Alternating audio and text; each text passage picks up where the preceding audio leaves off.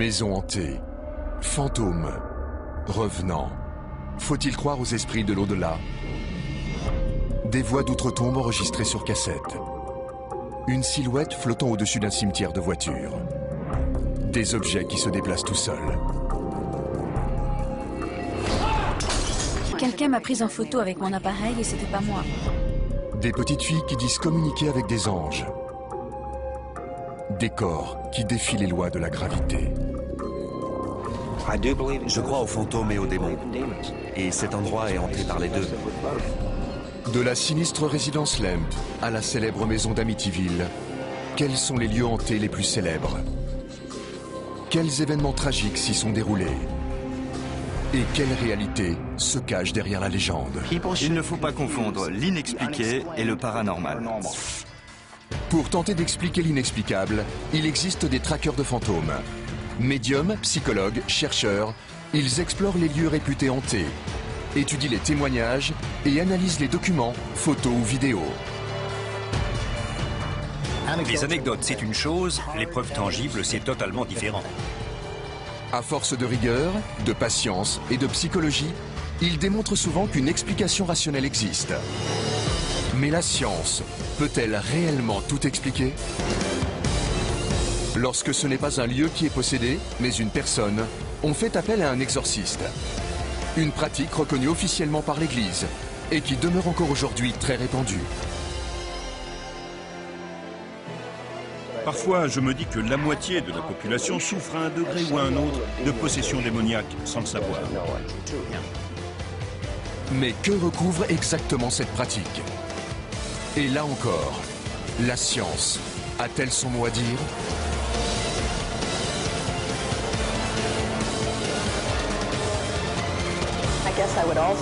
Je m'inquiéterais aussi de savoir qui regarde.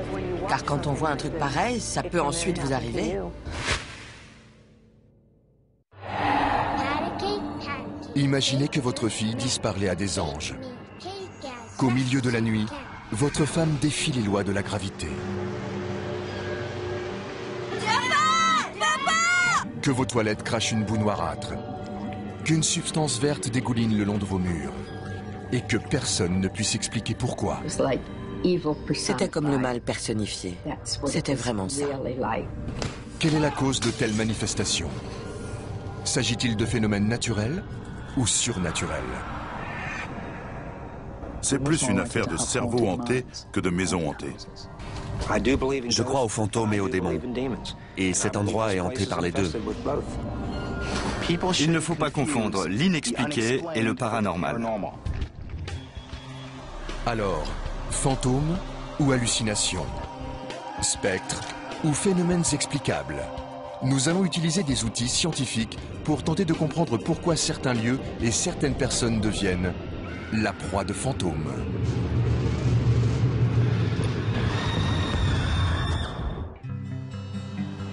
Cette petite ville au nord de Long Island possède une bien sinistre renommée, Amityville. Certains affirment qu'il ne s'est rien passé ici. Et les membres de la famille concernée étant décédés ou injoignables, on ne connaîtra peut-être jamais la vérité.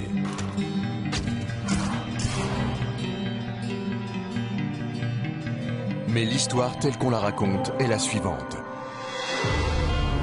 Par une belle journée de 1975, George Lutz et sa femme Cathy et les 3 enfants de celle-ci, Daniel, Christopher et Missy, emménagent dans la maison de leurs rêves, au 112 Ocean Avenue, Amityville, État de New York.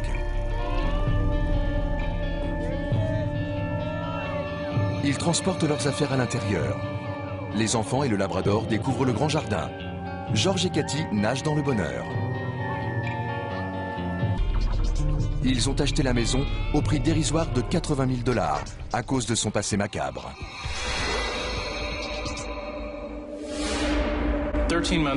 13 mois avant, 6 membres d'une même famille, les 2 Féo, avaient été assassinés dans cette maison.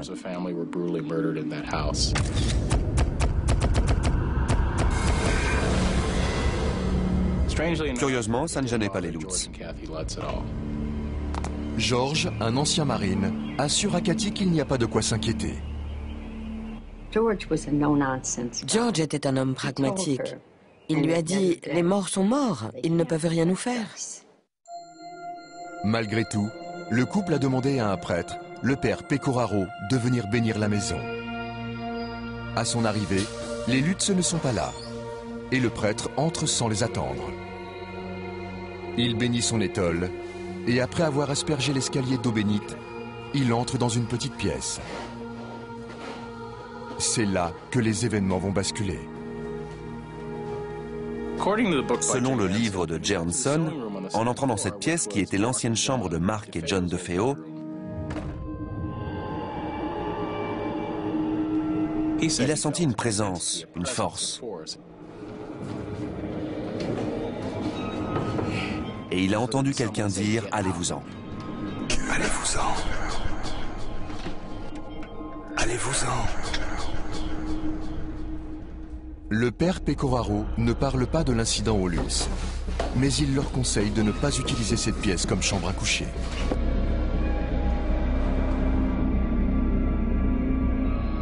Ce n'est là que le début d'une série de phénomènes étranges.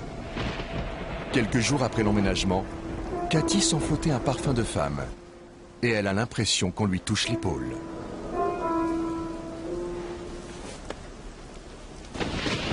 De son côté, pour une raison étrange, George se réveille régulièrement à 3h15 du matin, avec le sentiment d'une présence dans la maison.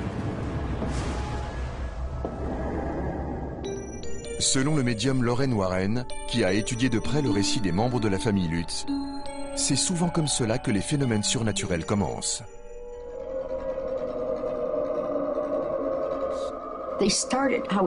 Ça débute par petites touches, et vous pensez que vous devenez fou.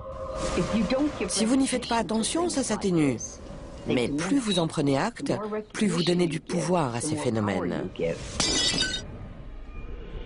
Au fil du temps, les incidents commencent à affecter toute la famille. Un soir, alors que Chris et Danny montent se coucher, ils voient une ombre noire les pourchasser dans l'escalier. Et quelques jours plus tard, George lit une histoire à Missy avant de la mettre au lit. Quand un vase posé sur la table s'envole et va s'écraser contre le mur. Missy était la plus vulnérable. C'est elle qui a donné corps au phénomène. Elle n'avait pas vraiment peur, c'était comme un jeu. Elle racontait qu'elle voyait une sorte de cochon. Elle lui faisait la conversation et le fauteuil à bascule se balançait tout seul.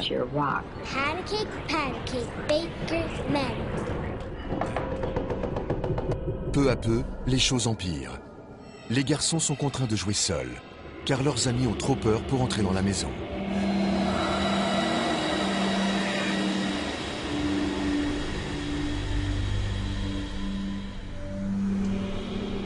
Un matin, alors que Cathy fait le ménage dans le salon, une matière verte se met à couler sur le mur.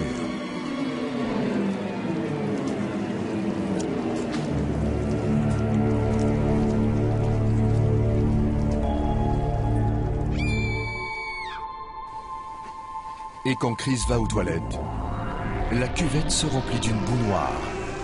Papa! Papa!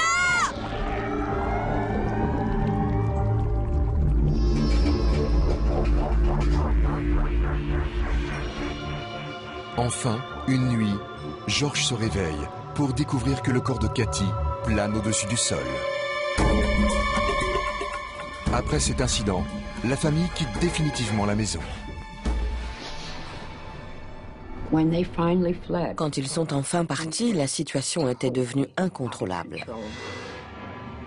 Les Lutz sont toujours maintenus que leur récit était véridique. Et ils ne sont pas les seuls à avoir raconté en détail leurs mésaventures dans une maison qu'ils affirmaient hantée. Cela est également arrivé au propriétaire d'un bar country de l'Est des États-Unis. Au printemps 1978, le chanteur de country Bobby McKee achète un ancien relais routier au bord d'une rivière, à Wilder dans le Kentucky. Son projet, faire de ce bâtiment à l'abandon le plus grand club de musique country en dehors de Nashville. Dès que j'y ai mis les pieds, j'ai su que c'était l'endroit qu'il me fallait. On s'y sentait bien. Je voyais déjà comment ça allait être. Sa femme Janet, enceinte de leur deuxième enfant, est séduite par le projet. Mais à peine est-elle entrée qu'une sensation d'angoisse l'envahit. Janet s'est sentie mal à l'aise dès le départ. Elle avait l'impression d'être observée par des milliers d'yeux. Ça lui donnait la chair de poule. Pour faire plaisir à Bobby, Janet commence par refouler son inquiétude. Quelques jours plus tard, alors qu'ils sont en train d'aménager l'endroit, un homme se présente. Il s'appelle Carl Lawson. Il a travaillé pour plusieurs des propriétaires précédents et leur propose ses services comme homme à tout faire.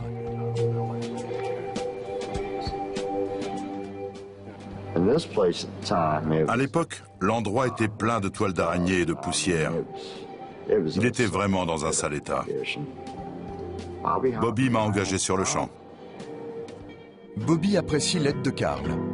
En revanche, il n'est pas enchanté que celui-ci raconte des histoires à Janet sur le passé de la bâtisse. Il affirme qu'il s'agit d'un ancien abattoir qui servait à des rituels sataniques.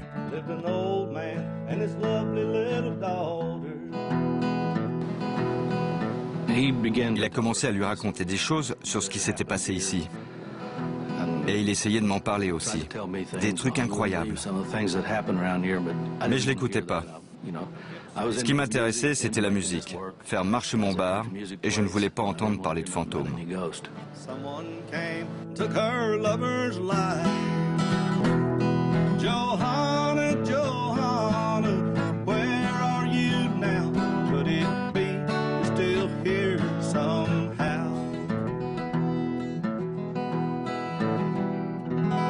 Janet essaie aussi de chasser ces histoires de son esprit. Mais un après-midi, alors qu'elle nettoie la cuisine, ses craintes deviennent réalité. Brusquement, une main invisible la saisit par le cou et plonge sa tête dans l'évier qui est en train de se remplir de sang. J'ai entendu du bruit en haut, des hurlements. Je suis monté en courant. Carl libère la jeune femme, mais quand il regarde l'évier, celui-ci est vide. Doug Hensley a retracé les événements survenus dans le bar de Bobby McKee. Selon lui, l'incident suivant est le pire qui soit arrivé à Janet.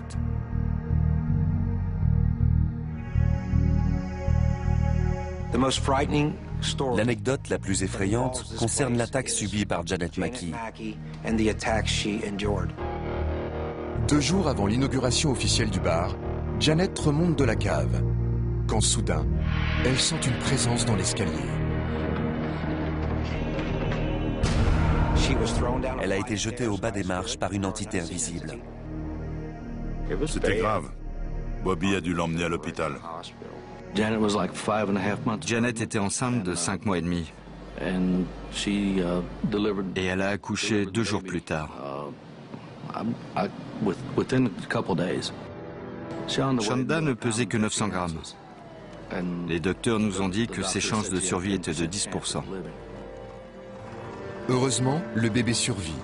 Mais Janet ne veut plus prendre le moindre risque. Elle ne veut plus remettre les pieds là-bas après ce qu'elle a subi. Elle n'y est pas retournée depuis des années. Janet a-t-elle été poussée dans l'escalier par une entité surnaturelle? Ou a-t-elle simplement perdu l'équilibre? Carl Lawson a toujours pensé qu'elle avait été poussée par un démon. Il affirme avoir été, lui aussi, confronté aux esprits qui entraient le bar de Bobby McKee. Le club a beaucoup changé au fil des générations. Mais il y a toujours ici des esprits qui ne veulent pas partir. C'est comme un tourbillon. Les phénomènes surnaturels paraissent on ne peut plus réels à ceux qui les vivent. Alors les fantômes et les maisons hantées, existent-ils vraiment? Ou bien peut-on trouver des explications rationnelles?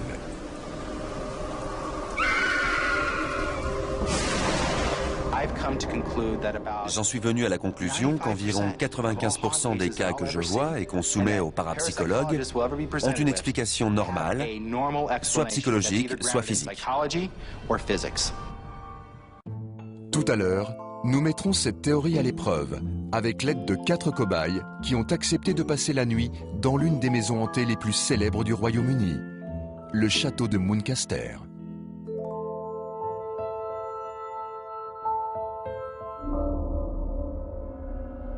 Il m'en faut beaucoup pour me faire peur. Comme un cri très perçant. Mais d'abord, qu'entend-on par hanté? Et pourquoi cette idée nous effraie-t-elle autant? Les histoires de morts revenus hanter les vivants circulent depuis la nuit des temps. Mais le verbe hanter n'est pas un terme technique. C'est un terme générique pour décrire un phénomène paranormal qui se répète régulièrement au même endroit. Ce qu'on sait, c'est qu'on a signalé des apparitions à toutes les époques et dans tous les pays, et que cela semble être un phénomène récurrent de l'expérience humaine. Il peut s'agir de fantômes, d'esprits frappeurs, de possessions démoniaques, et nos légendes regorgent de croyances à leur sujet. Souvent considérés comme les plus inoffensifs, les fantômes seraient des âmes mortes bloquées dans notre réalité. Généralement, ils n'interagissent pas avec les vivants. L'exemple typique, tout le monde le connaît. C'est celui du fantôme qui reste en un même lieu, sans doute à cause d'une tragédie ou parce qu'il lui reste quelque chose à finir sur Terre. En revanche, les esprits frappeurs, appelés aussi poltergeist, auraient un comportement plus offensif. The game fini de jouer are over. Popularisé en 1982 par le film d'horreur Poltergeist, ces esprits malveillants sont turbulents, comme des enfants capricieux. Si on ne s'occupe pas d'eux, ils piquent des colères inimaginables. L'activité des esprits frappeurs est centrée sur une fillette, qui leur donne l'énergie, le carburant leur permettant de se manifester. Les parapsychologues font une distinction entre esprits frappeurs et fantômes, mais il n'est pas toujours facile de les différencier. Fantômes et poltergeists sont généralement associés à des endroits marqués par une tragédie. La maison d'Amityville a été le théâtre de plusieurs meurtres. Et la bâtisse rachetée par Bobby McKee a également connu un drame sanglant.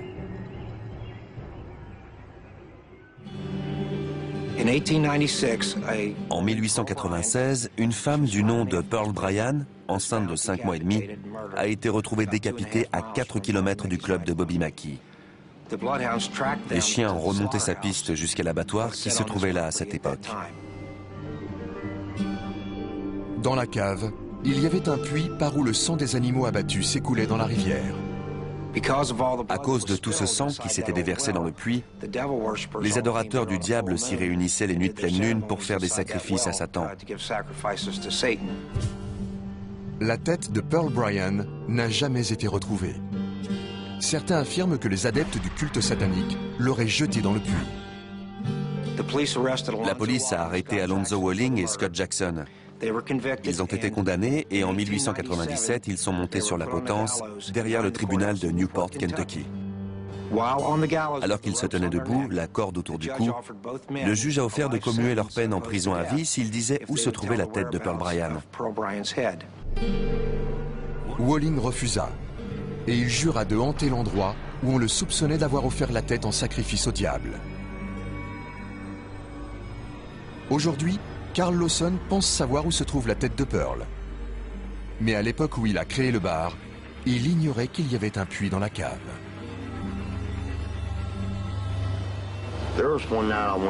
Un soir, je suis descendu à la cave. C'était un soir d'orage. Il y avait un vieux réduit en briques, comme un coffre-fort ou une cellule de prison. Quand j'ai tourné la tête, j'ai vu 2 pendus à l'intérieur.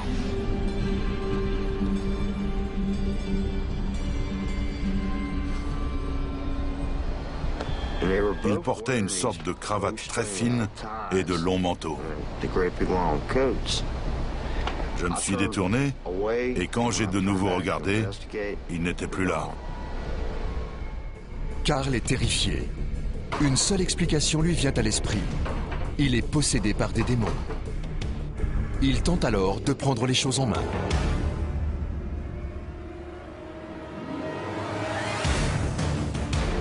Je pensais qu'en aspergeant le puits d'eau bénite, ça les ferait partir, ou ça les empêcherait de sortir. Mais cela n'aurait fait que rendre les démons plus furieux encore. Reste une seule solution, l'exorcisme. J'avais l'impression d'être le Dr Jekyll et Mr Hyde. Il fallait que je fasse quelque chose si je voulais retrouver une vie normale. Je devais reprendre le contrôle, et c'est à ça que sert un exorcisme. Le révérend Glenn Cole a pratiqué un exorcisme de 6 heures sur Carl Lawson dans ce qui était autrefois la cuisine. Il a demandé qui se trouvait dans le corps de Carl.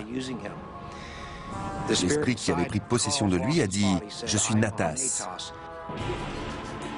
Je l'ignorais à l'époque, mais Natas à l'envers donne Satan. Il est tombé à genoux et a rampé comme un chien.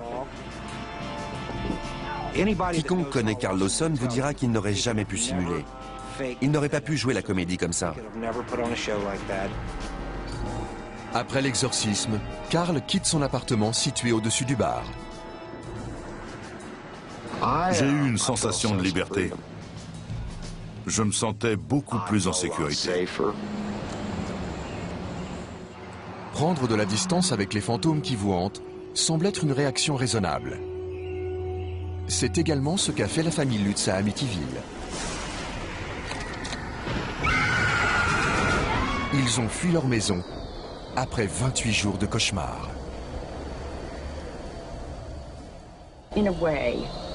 D'une certaine façon, ça a gâché toute leur vie.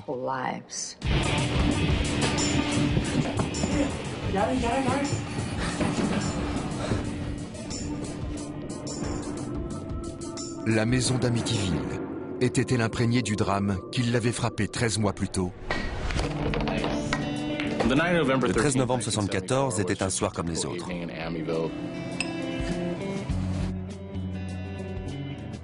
Au Henry's Bar, rendez-vous favori de la jeunesse, la nuit ne fait que commencer. Mais la vie de la petite bourgade est sur le point de basculer.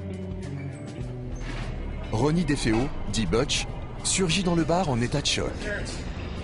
Il affirme qu'il a découvert les corps sans vie de ses parents. Plusieurs personnes, dont son meilleur ami Bobby Kelski, retournent avec lui au 112 Ocean Avenue. À l'étage, Kelski trouve les parents de Butch dans leur lit, allongés sur le ventre, abattus à bout portant. Mais le pire est à venir. Tous les frères et sœurs de Butch ont également été tués. Un autre ami de Butch, Joey, resté avec lui au rez-de-chaussée, prévient la police.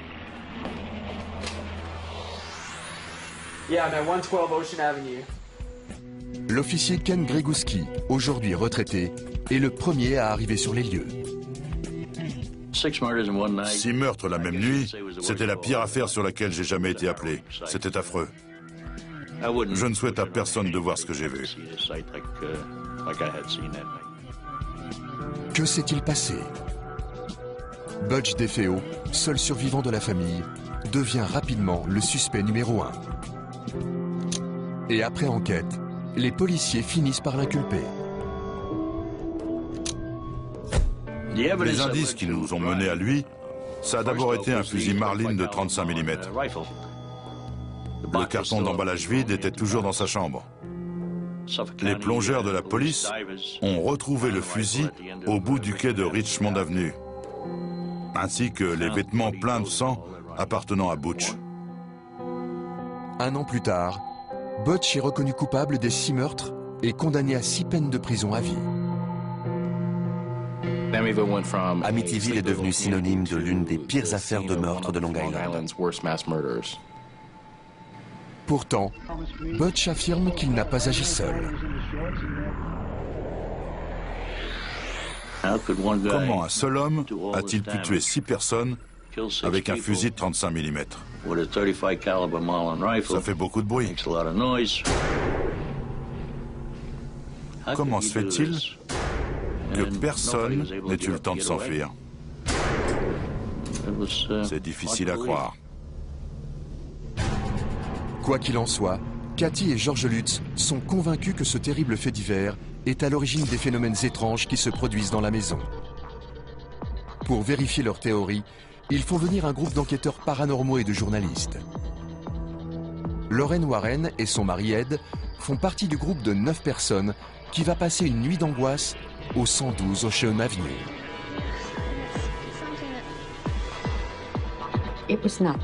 À ce moment-là, c'était juste une affaire comme les autres. Dès qu'elle pénètre dans la maison, la médium Lorraine est assaillie par des visions d'horreur. C'était comme le mal personnifié. C'était vraiment ça.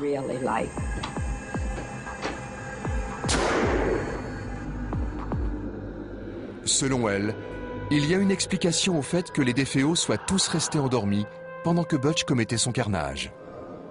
Je pense que la famille DeFeo se trouvait peut-être dans ce qu'on appelle un état de fantomanie ou paralysie psychique, provoquée par l'activité des esprits. Fantomanie ou présence d'un complice. Pour Lorraine Warren, pas de doute. Les événements décrits par les Lutz au 112 Ocean Avenue ont réellement eu lieu. Je ne pense pas qu'elle était hantée. Je sais qu'elle était hantée. C'est la maison la plus hantée du monde. Certains indices laisseraient pourtant penser à une mise en scène. Mais à moins d'avoir été personnellement témoin de ce genre de manifestations, comment savoir si elles sont vraies? Accepteriez-vous de vivre dans une maison si vous saviez qu'elle était hantée? Ou même d'y passer une nuit? Un couple, Tracy King et Philip Doherty, et 2 étudiants, Jonathan Kirby et Eleanor Bishop, vont affronter les fantômes du château de Muncaster, tenu pour l'un des lieux les plus hantés d'Angleterre.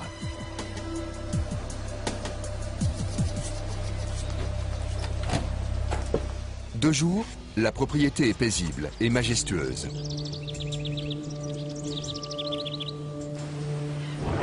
Mais la nuit, l'ambiance se fait plus angoissante. Pour la gouvernante du château, Eileen Moore, ces jeunes gens sont fous de se porter volontaires pour dormir ici une nuit. J'adore cet endroit pendant la journée, mais je n'y resterai pas la nuit. Pas question. Même pour $1 million. Bienvenue à Muncaster. Ils sont accueillis par Peter Frost Pennington. Philippe, nos volontaires pour cette nuit. Peter vit au château depuis 20 ans et semble s'amuser de sa réputation. Levez la main ceux qui croient aux fantômes. J'aimerais. Peut-être. D'accord. 2 indécis et 2 qui n'y croient pas? Absolument pas. D'accord. Après cette nuit, vous serez sans doute encore sceptique. Vous vous direz que c'est un trucage avec des miroirs et de la fumée. Pourtant, rien n'est truqué. Nous voulons que Muncaster reste authentique.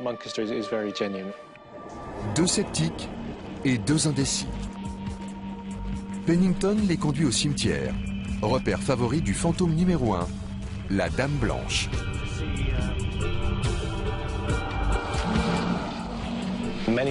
Beaucoup de gens pensent que quand vous marchez dans les jardins la nuit, vous entendez des pas. Peut-être cette jeune fille qui vous suit. Après une courte leçon d'histoire dans la petite chapelle, il les reconduit au château pour leur présenter le fantôme numéro 2. Tom Skelton, dit Tom le Fou, bouffon de Muncaster dans les années 1700. C'était un homme jaloux et mauvais. On raconte que s'il ne vous aimait pas ou que votre tête ne lui revenait pas, il vous envoyait à la mort. Il ne faut jamais le regarder dans les yeux.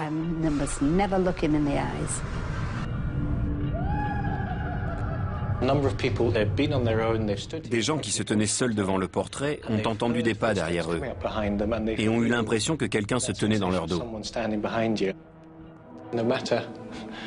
Où qu'on se trouve, il donne l'impression de regarder vers vous et même de regarder à travers vous. Dernière étape, la salle des tapisseries, censée abriter le fantôme d'une petite fille qui pleure. C'était autrefois la chambre d'amis. Jusqu'à ce qu'on se rende compte que personne ne pouvait y fermer l'œil. La première question que vous posez à vos invités le matin, c'est « Avez-vous bien dormi ?» Énormément de gens nous ont dit « Non, très mal. Il y a une gamine qui a pleuré toute la nuit. »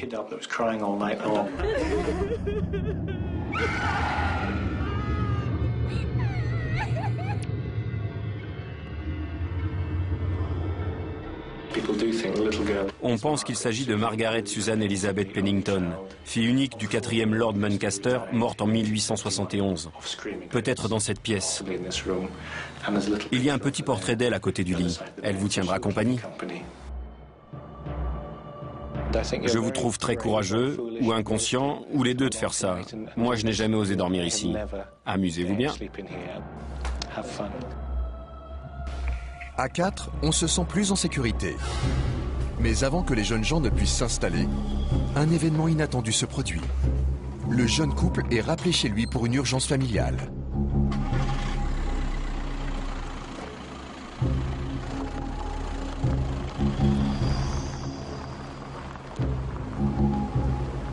Eleanor et Jonathan restent donc seuls. Eleanor décide de se mesurer au fantôme de la fillette. Pour se préparer, elle lit le journal tenu par ceux qui ont dormi dans la pièce avant elle.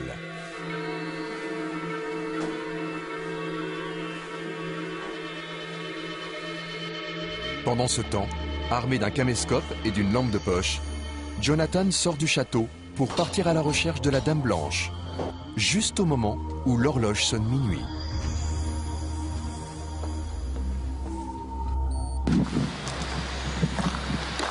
Je me dirige vers le cimetière du Grand Château hanté pour y passer une heure seule. Voyons si l'église est ouverte. C'est peut-être mon imagination, mais quelqu'un d'autre a aussi entendu un enfant murmurer ou ricaner. Eleanor n'a peut-être pas choisi la meilleure lecture avant de se coucher. Des bruits d'objets qu'on traîne se font entendre vers 3 heures du matin. J'espère bien ne pas entendre ça. J'ai l'impression qu'on m'observe, mais je me fais peut-être des idées. J'aime pas du tout cet endroit. Elle n'est là que depuis 4 minutes. Je sors d'ici. Et il y a quelque chose qui ne va pas. Eleanor a trop peur pour rester dans la salle des tapisseries. Et Jonathan ne s'en tire pas tellement mieux. En traversant l'église plongée dans le noir, il entend une porte claquer.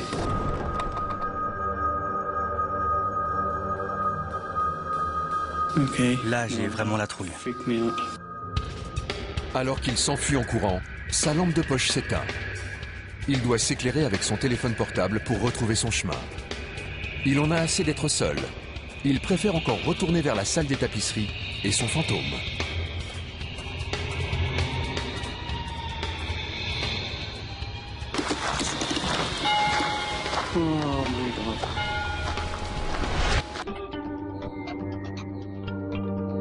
Certains pensent que le château de Muncaster, le bar de Bobby McKee et le 112 Ocean Avenue font partie des endroits les plus hantés du monde. Mais la science peut-elle nous en apprendre davantage? Le fantôme d'un bouffon, un évier plein de sang, un fauteuil qui bouge tout seul. Y a-t-il une explication simple à tous ces phénomènes? Pour Eleanor et Jonathan, l'épreuve est finie.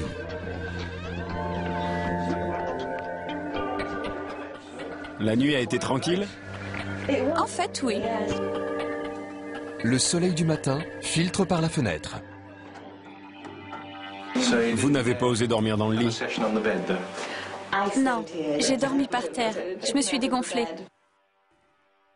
Nos cobayes descendent au rez-de-chaussée où ils retrouvent le psychologue Jason Braithwaite, qui étudie le château depuis 15 ans. Comment s'est passée la nuit dans la salle des tapisseries? Je me suis sentie mal à l'aise. J'ai eu l'impression qu'on m'observait. C'est bizarre parce que 2 secondes avant d'entrer, j'étais de bonne humeur, tout allait bien. Et au bout de 3 ou 4 minutes, il a fallu que je sorte. Les portraits sont très... Eleanor et Jonathan ont tous les deux été effrayés par les portraits. La pièce a eu un impact psychologique immédiat sur vous. On a constaté que le sentiment d'être observé est en rapport avec le nombre de portraits dans la pièce, mais aussi avec la taille de la pièce. Un espace aussi restreint peut vous rendre claustrophobe. Comment expliquer que les gens entendent un enfant pleurer quand ils dorment dans leur lit? Selon Jason Braithwaite, ce lit du XVIIe siècle est fortement magnétisé. Quand je m'approche du lit, l'aiguille fait pratiquement tout le tour. Il se sert d'une boussole pour montrer que le lit peut faire dévier l'aiguille, qui normalement indique toujours le nord. Il y a un sommier en fer, très différent des lits modernes. Selon Jason Braithwaite, les champs magnétiques autour du lit sont si complexes qu'ils peuvent provoquer des hallucinations.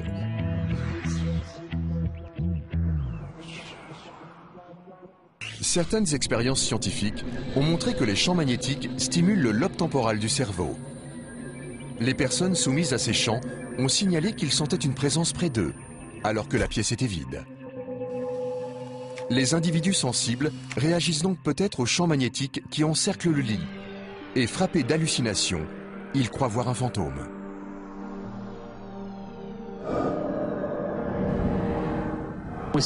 On trouve ce genre d'ondes dans les endroits où les gens signalent des sensations étranges, juste à l'endroit où ces gens se tenaient. Il est possible aussi que par émotivité, le cerveau de certaines personnes fasse de l'autosuggestion. Après avoir su ce que d'autres gens avaient vécu dans cette pièce, au moindre bruit, je me demandais si ce n'était pas un bébé en train de pleurer. Ça peut arriver à tout le monde. Vous êtes là en pleine nuit, après avoir entendu des histoires de fantômes.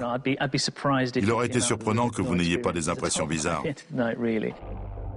Des impressions passent encore, mais voir réellement un fantôme est différent. La légende de la Dame Blanche de Muncaster et les spectres de cimetière sont peut-être tout simplement le fruit de l'imagination. À ce propos, le garde-chasse Tristan Williams a sa petite idée. Vous êtes dans un cimetière, il fait nuit, tout est sombre et silencieux. Et du coin de l'œil, vous apercevez un éclair blanc. Vous regardez autour de vous, il n'y a rien. Vous entendez un cri à vous glacer le sang qui vous fait la peur de votre vie. Il est très facile de mettre tout ça sur le compte du surnaturel. En fait, de fantômes, c'est plutôt quelque chose comme ça. Une chouette effraie en train de chasser.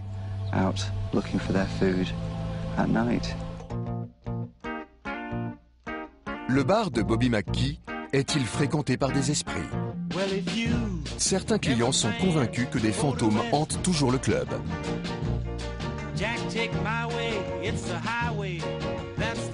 Certains soirs, le week-end, le bar reste ouvert jusqu'à 2 ou 3 heures du matin. Jusqu'à ce que les tables soient nettoyées et les chaises empilées. Et selon plusieurs témoins, lorsque les lumières s'éteignent, les esprits frappeurs prennent possession des lieux.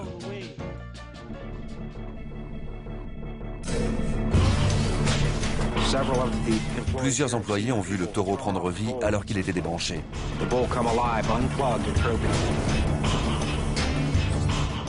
Bobby McKee a même été poursuivi en justice par un client qui affirme avoir été frappé par un fantôme dans les toilettes pour hommes. Sa plainte a été rejetée. L'avocat de Bobby McKee lui a fait mettre une pancarte pour prévenir les clients qu'ils entrent à leur risque et péril parce que l'endroit est peut-être hanté.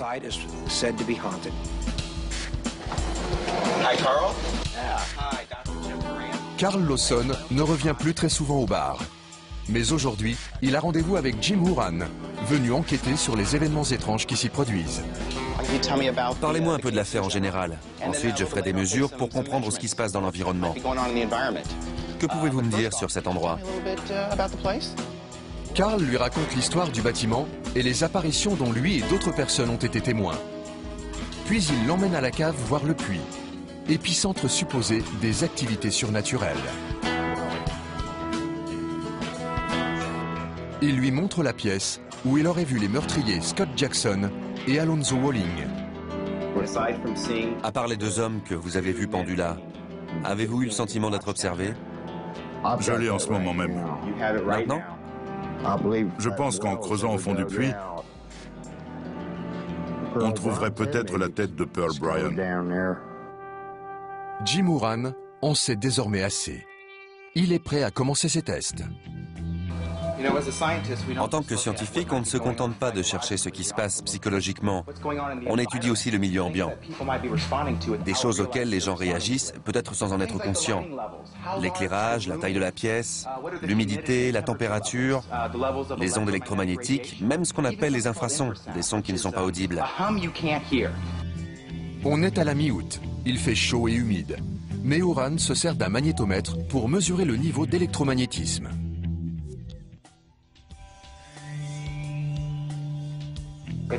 S'il y a de fortes variations de niveau, vous pouvez y être plus ou moins sensible et faire des mini-crises d'épilepsie. Une théorie qui rappelle celle de Jason Braithwaite à propos de la salle des tapisseries à Muncaster. Vous avez l'impression qu'on vous touche, vous entendez des choses et vous pouvez même avoir des hallucinations visuelles. Ici, dans cette pièce où se trouve le puits, je ne mesure que 6 à 7 milligales. Mais quand on va dans la pièce où ont eu lieu les apparitions, une pièce plus petite, c'est beaucoup plus élevé. Là-bas, il y avait environ 6. Ici, ça monte à 7, 8 et même 9 milligales.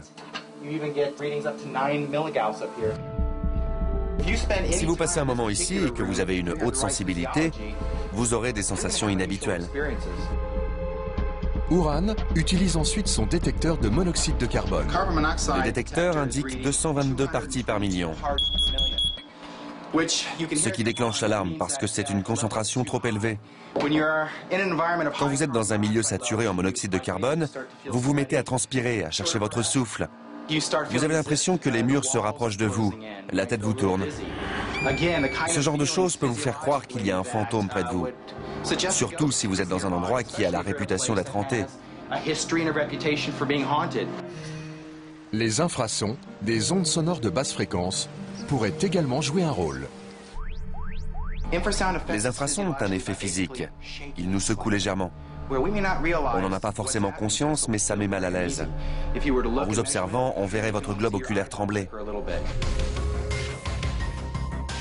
Et un globe oculaire qui tressaute peut provoquer des hallucinations. Dans le bar de Bobby McKee, les infrasons pourraient avoir pour origine les enceintes, la voie de chemin de fer ou même la rivière. Au bar de Bobby McKee, comme au château de Muncaster, la science semble avoir des explications à fournir. Mais que penser d'Amityville? Se pourrait-il que la soi-disant maison du diable ne soit qu'une supercherie minutieusement orchestrée?